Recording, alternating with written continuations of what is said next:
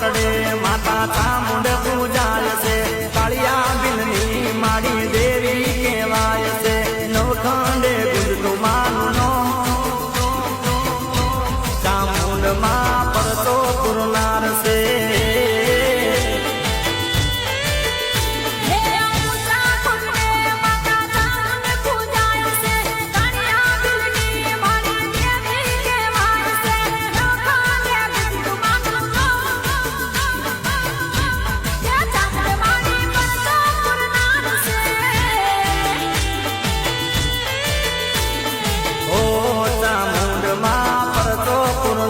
છે